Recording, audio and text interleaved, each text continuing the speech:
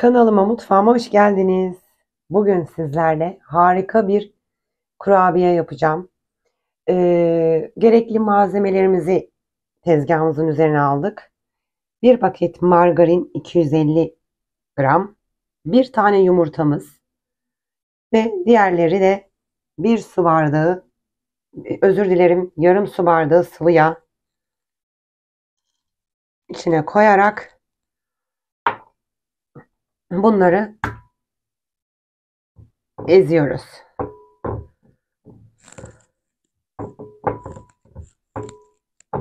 Margarinimiz oda sıcaklığında olacak.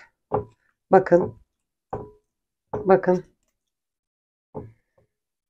Diğer türlü dolaptan çıkardığımızda bu şekilde olmayabiliyor. Sert oluyor.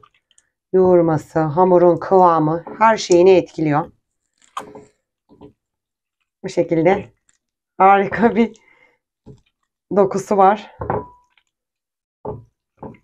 Bu arada kanalıma abone değilseniz abone olmanızı rica ediyorum. Yorum yazmanızı, like atmanızı rica ediyorum. Gerçekten faydalı bir şeyler yaptığımı düşünüyorum.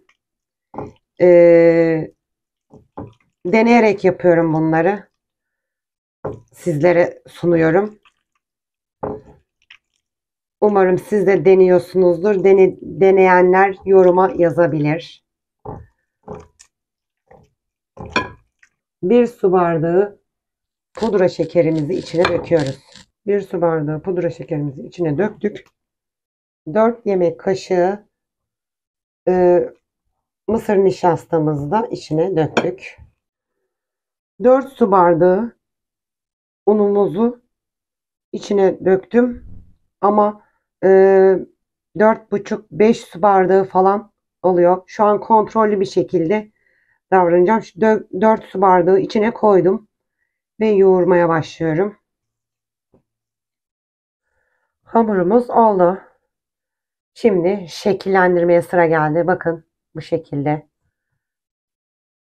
Harika bir kokuya sahip. Şu an inanılmaz bir kokusu var. Pişmesini sabırsızlıkla bekliyorum. Bir tepsiyi hazırladık. Şimdi üzerine şu aparatla çatal yardımıyla da yapabiliriz. Yanına dikine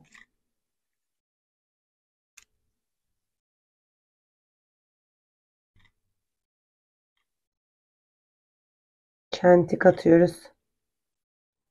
Tepsimizi hazırladık.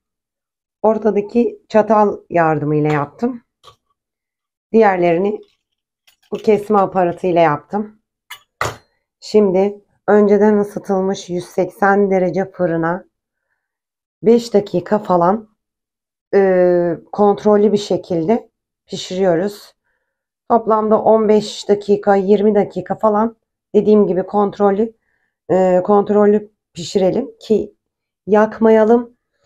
Hafif pembeleşene kadar, pembeleştikten sonra fırından alalım. Tepsimizi fırından aldık. Pişti bu şekilde. Şimdi sıcakken kahvaltılık çikolata aralarına sürüp birleştireceğim. Damak çatlatan kurabiyem hazır.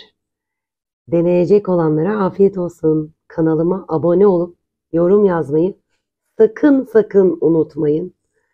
Bir dahaki videoda görüşmek üzere. İzlediğiniz için çok teşekkür ederim. Bay bay.